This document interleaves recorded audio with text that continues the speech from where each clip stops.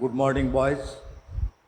Today you have a new chapter in chemistry, biomolecules. Biomolecules, as you know, it is related to biological system. You have in your syllabus carbohydrates, proteins, nucleic acids in class 12. So let us start today from carbohydrates. What are carbohydrates? Carbohydrates are the optically active polyhydroxy aldehydes or ketones or compounds which on hydrolysis produce such units. They are known as carbohydrates. So see, optically active, number one, they are polyhydroxyaldehydes or polyhydroxyketones or the compounds which on hydrolysis produce such units. They are known as carbohydrates. Now see, carbohydrates on the basis of hydrolysis, they are of three types. Number one, monosaccharide. Number two, oligosaccharides. And number three, polysaccharides. So what are monosaccharides? Monosaccharides are the simplest carbohydrates which can't be hydrolyzed further. Clear? They are the simplest carbohydrates which can't be hydrolyzed further. They are known as monosaccharides. There are as many as 20 monosaccharides known in the carbohydrate family. There are 20 monosaccharides, as many as 20 monosaccharides which are known to us and found to be present in the biological system. Some of them are very familiar, you know also, glucose, fructose, ribose, these are the monosaccharides. These are monosaccharides. Now, oligosaccharides. Oligosaccharides are the carbohydrates which on hydrolysis produce 2 to 10. See it here, 2 to 10. Same or different monosaccharide units. So see it here. What are oligosaccharides? Oligosaccharides are the carbohydrates which on hydrolysis produce 2 to 10 same or different monosaccharide units. If they produce 2 monosaccharide units, they are known as disaccharides. 3 monosaccharide units, same or different, they are known as trisaccharides. 4 monosaccharide units, same or different, they are known as tetrasaccharides, like this. Out of these oligosaccharides, disaccharides are very common and you have in your syllabus only disaccharides. So disaccharides, the important disaccharides are sucrose, number one, number two, maltose, and number three, lactose. So three disaccharides. I told the name sucrose, maltose, and lactose. Now see, if sucrose is hydrolyzed, it produces 1 unit of glucose and 1 unit of fructose. If sucrose is hydrolyzed, it produces 1 unit of glucose and 1 unit of fructose. So it is a disaccharide because there are 2 monosaccharide units in glucose. If maltose is hydrolyzed, then it produces 1 unit of glucose and another unit of glucose. Means both the monosaccharide units are same in case of maltose. And that's why we are telling in the definition of oligosaccharides, these are the carbohydrates which produce 2 to 10 same or different monosaccharide units. We shall go detail about them later of this class. Now, the third one is polysaccharides. Polysaccharides, as you know from the name, it is clear that many saccharide units. Polysaccharides are the carbohydrates which on hydrolysis produces large number of monosaccharide units. large number of monosaccharide units, and you have in your syllabus examples are starch, cellulose, glycogen. These are the polysaccharides. Starch, cellulose, glycogen, these are the polysaccharides. Now we shall come to detail about them later of this class, later of this chapter. Let us see, we are discussing about the classification on the basis of hydrolysis. So carbohydrates are mainly classified on the basis of their hydrolysis. Hydrolysis means reaction with water. You know, reaction with water, sometimes it is catalyzed by acid, adding acid, or sometimes heat is necessary to make it completely hydrolyzed. Now see, monosaccharides, they are further classified as reducing sugar and non-monosaccharides means monosaccharides and disaccharides. Monosaccharides and disaccharides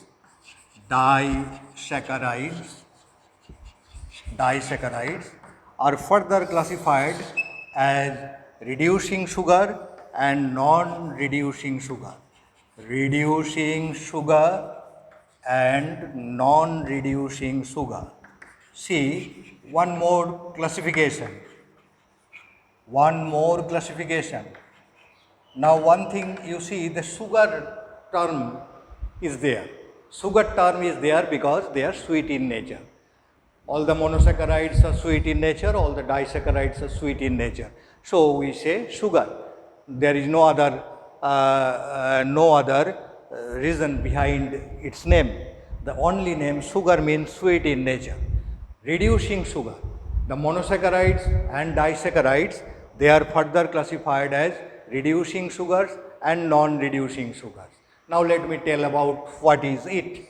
Reducing sugars means these monosaccharides or disaccharides which can reduce Fehling's reagent or Tollens reagent. Fehling's reagent, you know this term, Fehling's reagent or Tollens reagent. Tollens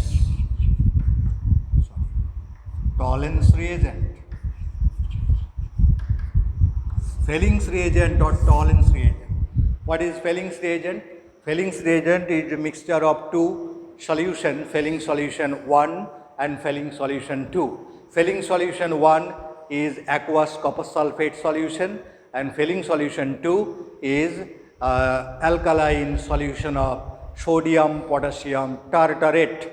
Fehling solution 1 is aqueous copper sulfate solution, Fehling solution 2 is sodium potassium tartarate, alkaline solution of sodium potassium tartarate. They are mixed together in equal ratio and to obtain Fehling's reagent. It is deep blue in color. So when reducing sugars, they can reduce Fehling's reagent and Tollens reagent. Tollens reagent is ammoniacal silver nitrate solution. It's a clear solution. Ammoniacal silver nitrate solution, that is Tollens reagent. And non-reducing sugar, they cannot reduce it. They cannot reduce Fehling's reagent or Tollens reagent. Remember, on the basis of this fact, we see that all the monosaccharides and all the monosaccharides are reducing sugar. All the monosaccharides, they are reducing sugar. Remember it. All the monosaccharides, glucose, fructose, ribose and many more, there are 20.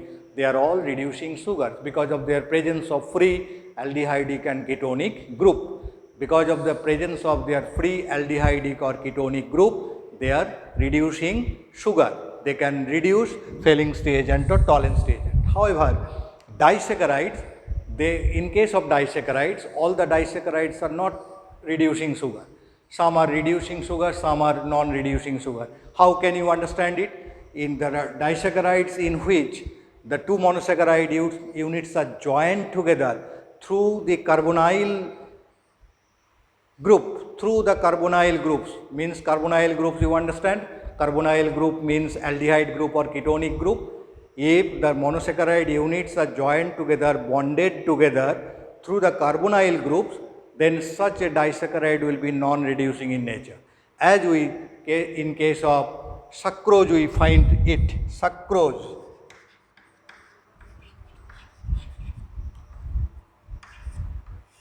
Sucrose we find this, that sucrose is a disaccharide which is non-reducing in nature, means it cannot reduce, sucrose cannot reduce Fellings reagent or Tollens reagent, remember. This is the exception you can see as far as your syllabus is concerned.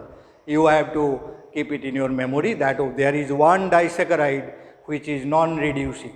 And which one is that? Sucrose. Why it is that? Because the carbonyl groups are bonded together. That means sucrose is made up of glucose unit and fructose unit. The glucose unit has aldehyde group, fructose unit has carbonyl group. Remember it. The aldehyde group of glucose unit is present at the top, first position, and the carbonyl group, a ketonic group of fructose unit is present at the second position. The two units, glucose and fructose, are bonded together through these carbonyl groups from carbon atom number 1 to carbon atom number 2, that is aldehyde group and ketonic group, both are bonded in sucrose, and that's why carbonyl group is not free, and that is the reason that sucrose cannot reduce Fellings reagent or Tollens reagent. Clear? Now see, there is one more that classification tells about the presence of aldehyde group or ketonic group. If aldehyde group is present in the monosaccharide, then it is known as aldose. It is for monosaccharide, aldose. Presence of aldehyde group in the monosaccharide refers to aldose, and presence of ketonic group in the monosaccharide refers to ketose. Ketonic group refers to ketose. For example, I will tell you the example. Now, on the basis of number of carbon atoms, see, in case of glucose, you know, glucose has an aldehyde group, and glucose contains 6 carbon atoms. Carbon atoms are denoted by triose, tetraose, pentose, hexose, 3 carbon atom, triose, 4 carbon atom, tetrose, 5 carbon atom, pentose, like this. Glucose has 6 carbon atom, it is an aldehyde, therefore glucose can be named as aldohexose.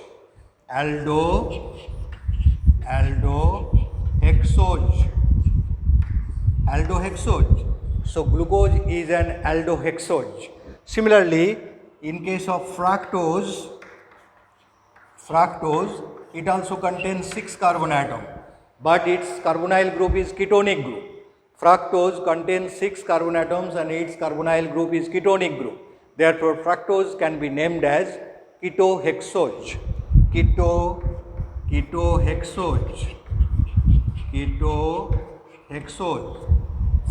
Fructose is named as ketohexose. Similarly, ribose. Ribose is an aldehyde, it has an aldehyde group, it has 5 carbon atoms. Ribose is another monosaccharide, 5 carbon atoms with aldehyde group, therefore ribose can be named as, okay, you understand? Ribose can be named as aldopentose, like this. So it is clear what is aldohexose. Aldohexose is a monosaccharide which has an aldehyde group with 6 carbon atoms. What is aldopentose? Aldopentose is a monosaccharide having an aldehyde group with 5 carbon atoms. Clear? What is ketohexose? It is a monosaccharide which has carbonyl group, ketonic group with 6 carbon atoms.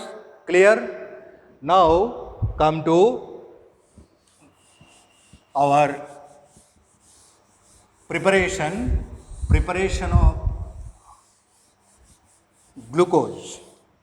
Preparation of glucose preparation of glucose, you see next part.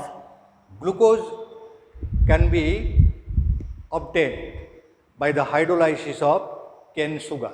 Cane sugar is chemically sucrose.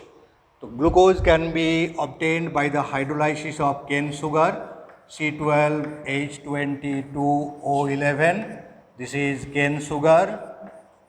Cane sugar chemically or basically cane sugar is sucrose. Clear? Hydrolyzed means reaction with water H2O in presence of acid catalyst HCl or H2SO4. You add a slight amount of hydrochloric acid or a little amount of sulfuric acid to enhance the process, to fasten the process. Then cane sugar is hydrolyzed to give C6H12O6, 1 unit of glucose and another unit of fructose, C12H26, H12, C6H12O6, fructose. So, glucose and fructose, they have the same formula. They are isomers, functional isomers. Their functional groups are different.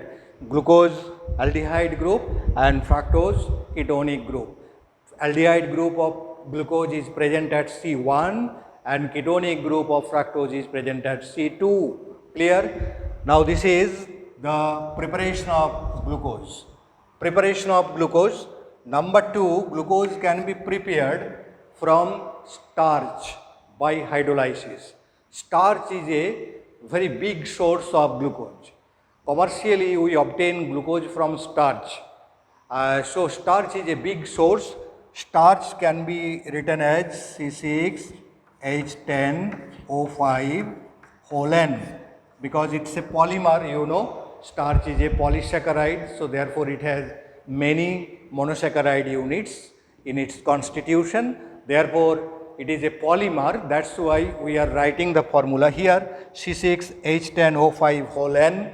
This is starch, hydrolysis, H2O. But in this case, a slightly harder condition would be required.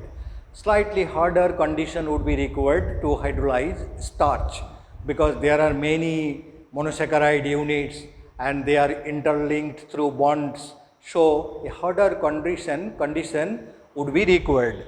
Acid will be required for catalysis. Acid would be required for catalysis. And number 2, temperature would be required. You have to keep the solution constant boiling, constant prolonged boiling with water, and then some pressure, 2 to 3 atm pressure would also be required to accelerate the process of hydrolysis. So remember it, a slightly harder condition should be imposed here. Starch is hydrolyzed to form glucose C6H12O6. Only one product, glucose. After hydrolysis of starch, it gives glucose only. So n units of glucose will be formed. N units of glucose will be formed, and for that matter, you have to use n units of water also. That will be for balancing the reaction. Okay. Now I have given you two methods of preparation. Here you remember that after hydrolysis, starch gives only one product, that is glucose. What does it mean? Means it is a polysaccharide of glucose units. It's a polysaccharide of glucose units. Large number of monosaccharide units are joined together to form the polymer, and this is that means all the monosaccharide units are same here. Glucose, like this. N number of glucose units forming the polymer. So starch after hydrolysis gives a single product, that is glucose. So it is the commercial preparation of glucose from starch. Now we shall discuss about some chemical properties of glucose. Some chemical properties of glucose related to its structure. Remember it. So we are going to discuss some chemical properties. So see chemical properties of glucose. relating to its structure. Chemical properties of glucose related to its structure. Number one by one, first you see that when glucose is continuously heated with hydrogen iodide, glucose C6H12O6, continuously heated with hydrogen iodide, Hi, it is reduced, because you know that hydrogen iodide is a reducing agent, so it is reduced to give an hexane, normal hexane. So glucose after prolonged heating with hydrogen iodide, glucose is reduced to form normal hexane. So normal hexane, from this product it is clear that all the six carbon atoms of glucose are in a straight chain. So this is the important point that we can derive from this chemical reaction, that all the six carbon atoms of glucose are in a straight chain, and it is polyhydroxyaldehydes. You know, glucose is a polyhydroxyaldehyde. On the basis of this fact, glucose is written as this structure, CHOH whole 4 CH2OH. This structure is assigned to glucose, condensed structure, condensed formula. This formula is derived on the basis of the chemical properties of glucose. Studying the chemical properties of glucose, we are writing the formula before discussing the chemical properties, because in your book this formula is given to write the reaction. Instead of this, you have to write this to write the reaction. So this is the condensed formula assigned for glucose, studying the chemical properties of glucose. So reaction with hydrogen iodide, producing an hexane. What does this chemical property conclude? This chemical property conclude that glucose, all the six carbon atoms of glucose are in a straight chain. Number one. Number two, second property, reaction with bromine water. Bromine water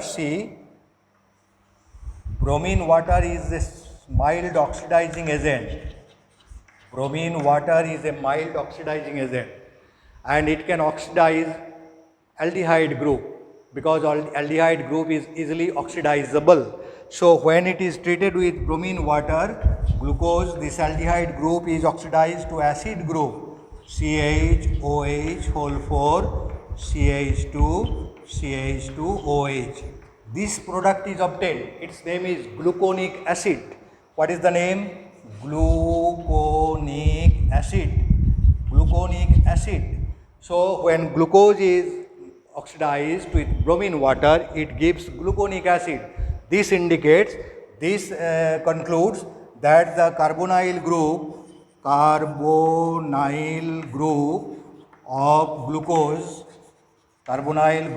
glucose is an aldehyde group. Aldehyde group.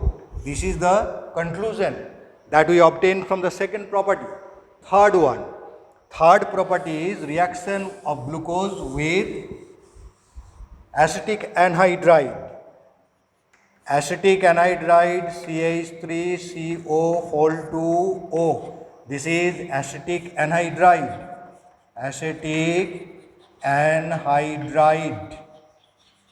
So when we allow glucose to react with acetic anhydride, CH3CO whole 2O, then glucose forms a compound which is known as pentacetate of glucose. Pentacetate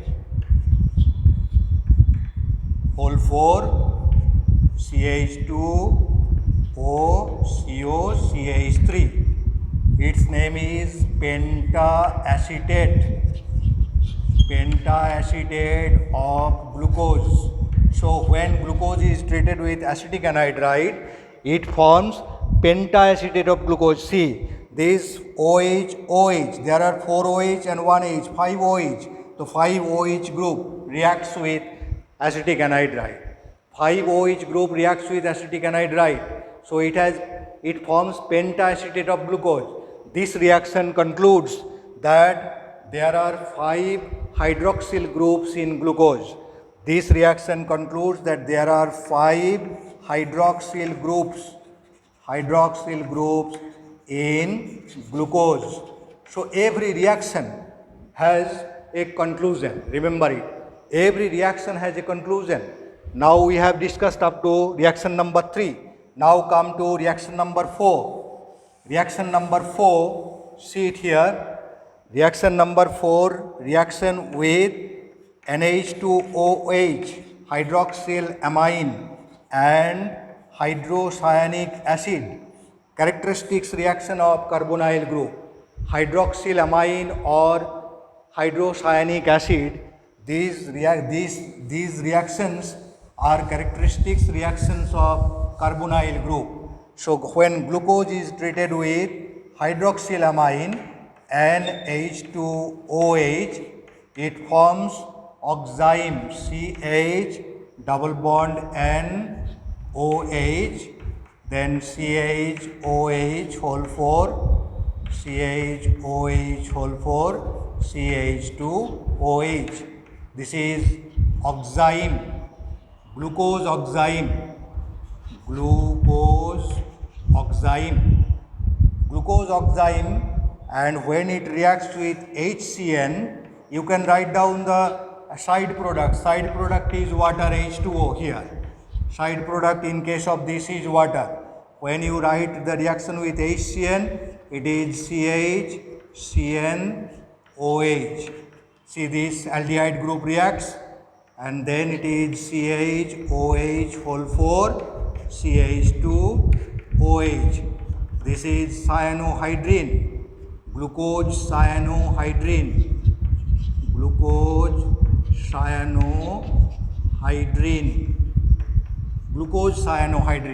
So these reactions with hydroxyl amine and hydrogen cyanide gives glucose oxime and glucose cyanohydrin.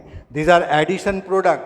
These addition products are the characteristics reaction of carbonyl group. Carbonyl group can be written as this. So this is carbonyl group. This means that the product formation of glucose oxime and formation of cyanohydrin shows that glucose has a carbonyl group. Remember it. And that carbonyl group of glucose is aldehyde group. It is already proved that the carbonyl group of glucose is an aldehyde group by reaction with bromine water. It has been already proved. Okay, because aldehyde group is easily oxidizable. Ketonic group can't be oxidized. So this is the fourth reaction. And fifth reaction, one reaction with nitric acid. Nitric acid, this is the last reaction. Okay. So fifth reaction, nitric acid HNO3. Nitric acid is a strong oxidizing agent. So when glucose is treated with nitric acid, see it here, it forms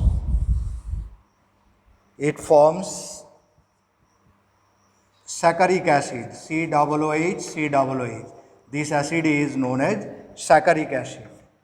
With nitric acid, CHOH whole 4, CH2OH. So this with nitric acid, HNO3 gives saccharic acid. This compound is saccharic acid. Further, you know that gluconic acid, which you have already seen, gluconic acid which you will get after reaction with bromine water. This gluconic acid, when treated with nitric acid, HNO3, gives the same product. That means gluconic acid, this is gluconic acid, after oxidation with nitric acid gives saccharic acid. Glucose after oxidation with nitric acid gives saccharic acid. When glucose is treated with nitric acid, this group is completely oxidized to COOH and this group is completely oxidized to COOH. In case of gluconic acid, this is already oxidized, this group is completely oxidized to carboxylic group. Therefore, this reaction proves that, number 5, fifth reaction proves that glucose has one primary alcoholic group, primary alcoholic group. Which one is primary alcoholic group? The last one is primary alcoholic group. See, it is primary alcoholic group. These are not primary. This one is primary. When nitric acid is treated, nitric acid is used. Nitric acid is a strong oxidizing agent. It can oxidize aldehyde group, it can oxidize ketonic group, it can oxidize primary alcoholic group. So primary alcoholic group is present there. That can be proved by reaction of glucose with nitric acid. So every reaction has its own consequence. Every reaction is actually determining some structural aspect of glucose. Clear it? So sometimes the question comes in the reverse way, that which property of glucose proves that glucose has 6 carbon atoms in a straight chain. So then you have to write the reaction of glucose with hydrogen iodide. Okay? Similarly, which property of glucose can prove the presence of a carbonyl group? In that case, you have to write the reaction of glucose with hydroxylamine and hydrogen cyanide, because carbonyl groups has addition reaction property. This addition reaction property shows the presence of carbonyl group in glucose. So up to this is our today's class. In the next class, you will see about the structural formation of glucose and structural conformation of glucose. Okay, boys? Thank you.